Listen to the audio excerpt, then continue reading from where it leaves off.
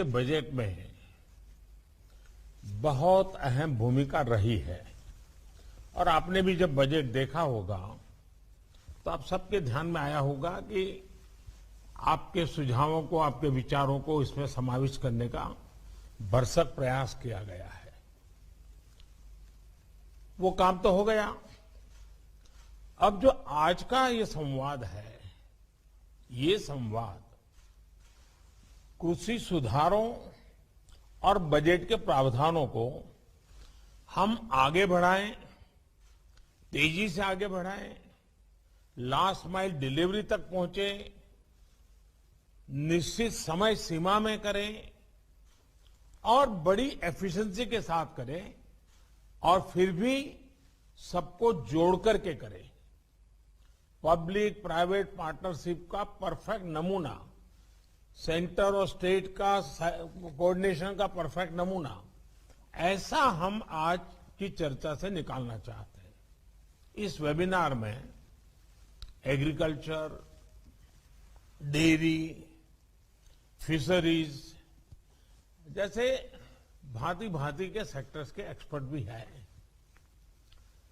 Public, private और cooperative sector के साथी भी आज हमें उनके विचारों का भी लाभ मिलने वाला है और देश के रूरल इकोनॉमी को फंड करने वाले बैंकों के प्रतिनिधि भी हैं। आप सभी आत्मनिर्भर भारत के लिए जरूरी आत्मनिर्भर ग्रामीण अर्थव्यवस्था के महत्वपूर्ण स्टेक होल्डर्स हैं। मैंने कुछ समय पहले संसद में इस बात को विस्तार से रखा था कि कैसे देश के छोटे किसानों को ध्यान में रखते हुए सरकार ने बीते वर्षों में अनेक महत्वपूर्ण निर्णय लिए हैं। इन छोटे किसानों की संख्या 12 करोड़ के करीब है और इनका सशक्तिकरण, इन छोटे किसानों का एम्पावरमेंट ही भारतीय कृषि को अनेक परेशानियों से मुक्ति दिलाने में बहुत मदद करेगा। इतना ही नहीं, ग्रामीण इकोनॉमी का ड्राइविंग फोर्स भी वही बनेगा। मैं अपनी बात आगे बढ़ाने से पहले बजट में कृषि के लिए जो किया गया है उसकी कुछ हाइलाइट्स आपके सामने दोहराना चाहता हूं। मैं जानता हूं आप इन सारी बातों से परिचित हैं। सरकार ने इस बार एग्रीकल्चर क्रेडिट टारगेट को बढ़ाकर 16,50,000 करोड़ रुपया कर दिया है। इसमें भी पशुपालन, डेयरी और फिशरीज सेक्टर को प्राथमिकता दी गई है। रूरल इंफ्रास्ट्रक्चर फंड को भी बढ़ाकर 40,000 करोड़ रुपया कर दिया गया है। माइक्रो इरिगेशन फंड की भी राशि बढ़ाकर 2 गुना कर दी गई है। ऑपरेशन ग्रीन स्कीम का दायरा बढ़ाकर अब 22 पेरिसेबल प्रोडक्ट्स तक का उसको कर दिया गया है। देश की 1000 और मंडियों को ई नाम से जोड़ने का फैसला लिया गया है। इन सारे ही निर्णयों में सरकार की सोच झलकती है, सरकार का इरादा महसूस होता है और साथ साथ सरकार के विजन का पता चलता है। और ये सारी बातें आप सबके साथ चर्चा में से उभरी हुई है, जिसको हमने आगे बढ़ाया है।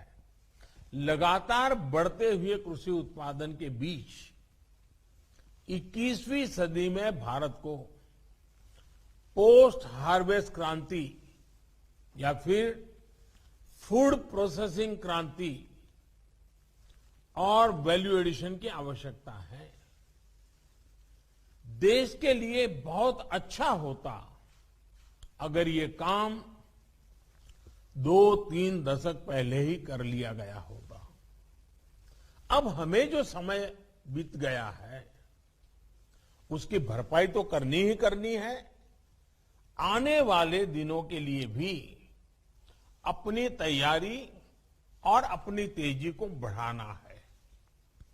साथियों, अगर हम अपने डेयरी सेक्टर को ही देखें तो आज वो इतना मजबूत इसलिए है क्योंकि इतने दशकों में उसने प्रोसेसिंग का बहुत विस्तार किया है। आज हमें एग्रीकल्चर के हर सेक्टर में, हर खाद्यान्न, हर सब्जी, फल, फिशरीज, सभी में प्रोसेसिंग पर सबसे ज्यादा फोकस करना है। और प्रोसेसिंग की व्यवस्था उसे सुधारने के लिए जरूरी है किसानों को अपने गांव के पास ही स्टोरेज की आधुनिक सुविधा मिले। खेत से प्रोसेसिंग यूनिट तक पहुंचने की व्यवस्था सुधारनी ही होगी। प्रोसेसिंग यूनिट की hand holding farmer producer organisations मिलकर के करें।